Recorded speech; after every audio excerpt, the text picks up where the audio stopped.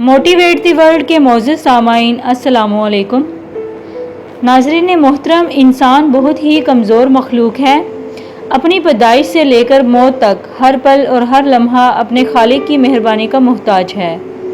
ہاتھ و پیر میں چلنے پھرنے، اٹھنے بیٹھنے اور کام کاج کرنے کی طاقت، ناک کان اور آنکھ میں سونگھنے، سننے اور دیکھنے کی طاقت، دل و دماغ میں سوچ و فکر کی طاقت اور جسم میں جان کی طاقت، سب ان اعضاء کے بنانے والے اللہ کی جانب سے ہے۔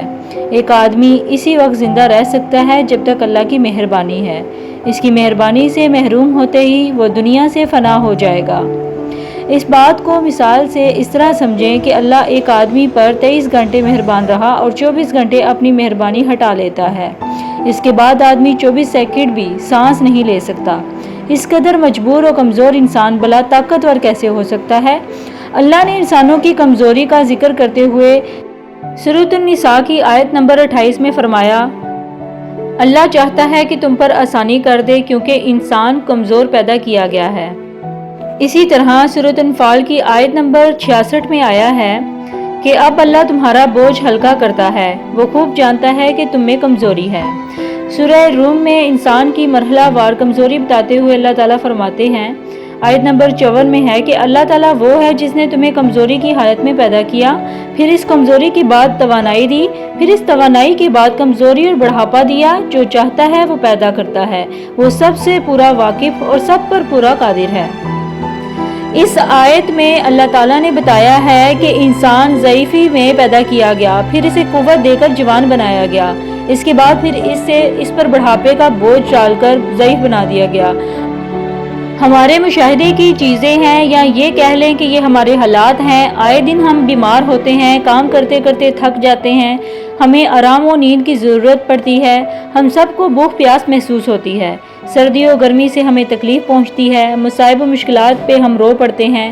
ایک وقت آتا ہے کہ بدن سے روح ساتھ چھوڑ دیتی ہے اور موت واقع ہو جاتی ہے۔ یہ ساری انسانی کمزوریاں ہیں، اور جو کمزور ہو وہ طاقتور کیسے ہو سکتا ہے؟ یہ بھی امر واقعی ہے کہ کوئی آدمی کسی سے جسمانی اعتبار سے طاقتور ہوتا ہے، کسی کو مال، کسی کو اولاد اور کسی کو حکومت و کرسی کی طاقت ملتی ہے۔ ایسے میں کچھ لوگ اپنی طاقت کا استعمال دوسروں کو نفع پہنچانے میں کرتے ہیں، جبکہ اکثر لوگ قوت و طاقت کا استعمال کمزوروں پر زیادتی میں کرتے ہیں۔ ظلم و زیادتی کرنے والوں پر طاقت کا نشہ اس قدر حاوی ہو جاتا ہے کہ اسے یہ شعور ہی نہیں ہوتا کہ اس سے بھی بڑا طاقتور ہے۔ ایک ایسی قوت ہے جو عظیم الشان کائنات پر حاوی ہے۔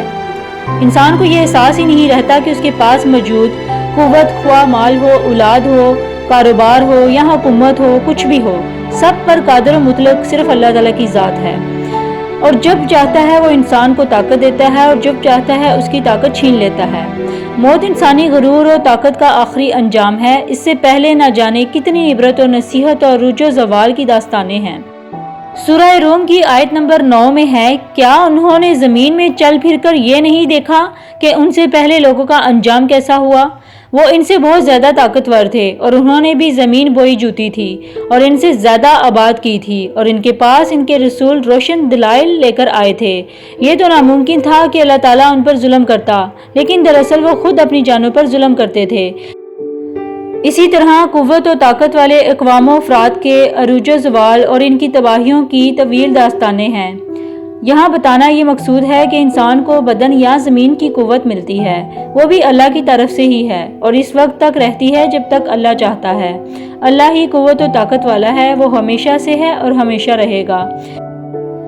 اسے تھکان لاحق نہیں ہوتی، اسے اونگ نہیں آتی، اسے کھانے پینے کی حاجت نہیں، اس میں کوئی عیب اور نقص نہیں، وہ سب سے بلند اور سب سے زیادہ قوت و طاقت والا ہے۔ سورۃ البقرہ کی آیت نمبر 165 میں اللہ تعالیٰ کا فرمان ہے کہ تمام طاقت اللہ ہی کو ہے، اور اللہ تعالیٰ سخت عذاب دینے والا ہے۔ ظاہری سی بات ہے کہ جو ہم کو پیدا کرے، جو ہمارے کھانے پینے کا بندوبست کرے، جو ہماری زندگی اور موت پر قادر ہو، اصل طاقت والا تو وہی ہے۔ آج مسلمان کیوں کمزور ہے؟ ایمان لانے کے باوجود ہر جگہ مسلمان ہی کیوں مظلوم و مقہور ہے؟ اس سوال کا جواب جاننے کے لیے جاننا ہوگا کہ مسلمانوں کی اصل قوت کیا ہے۔ مسلمانوں کی قوت اللہ پر کامل ایمان، جو شرک سے پاک ہو، اور اعمال صالحہ ہے۔ مومن کی قوت اللہ کا ساتھ ہے اور اللہ کا ساتھ ایمان و عمل کے بغیر ممکن نہیں ہے۔ سوچنے کا مقام ہے کہ روئے زمین کا سب سے بڑا گناہ اللہ کے ساتھ شرک کرنا ہے اور مسلمانوں کی اکثریت اس گناہ میں مبتلا ہے۔ پھر کیوں نہ مسلمان پریشان ہو؟ اگر مسلمان غیر اللہ سے استغاثہ اور قبروں کو سجدہ کرنا چھوڑ کر عقیدہ و ایمان درست کر لے اور سچی توبہ کے ساتھ اعمال صالحہ کی طرف لوٹ جائے تو اللہ قوت در قوت سے ہمکنار فرمائے گا، یہ اس کا وعدہ ہے۔ اللہ پاک ہم سب کو ایک سچا مسلمان بننے کی توفیق عطا فرمائے، آمین۔ امید کرتی ہوں آپ کو میری یہ ویڈیو پسند آئی ہوگی۔ مزید ویڈیو کے لیے چینل ضرور سبسکرائب کیجیے گا۔ بہت شکریہ۔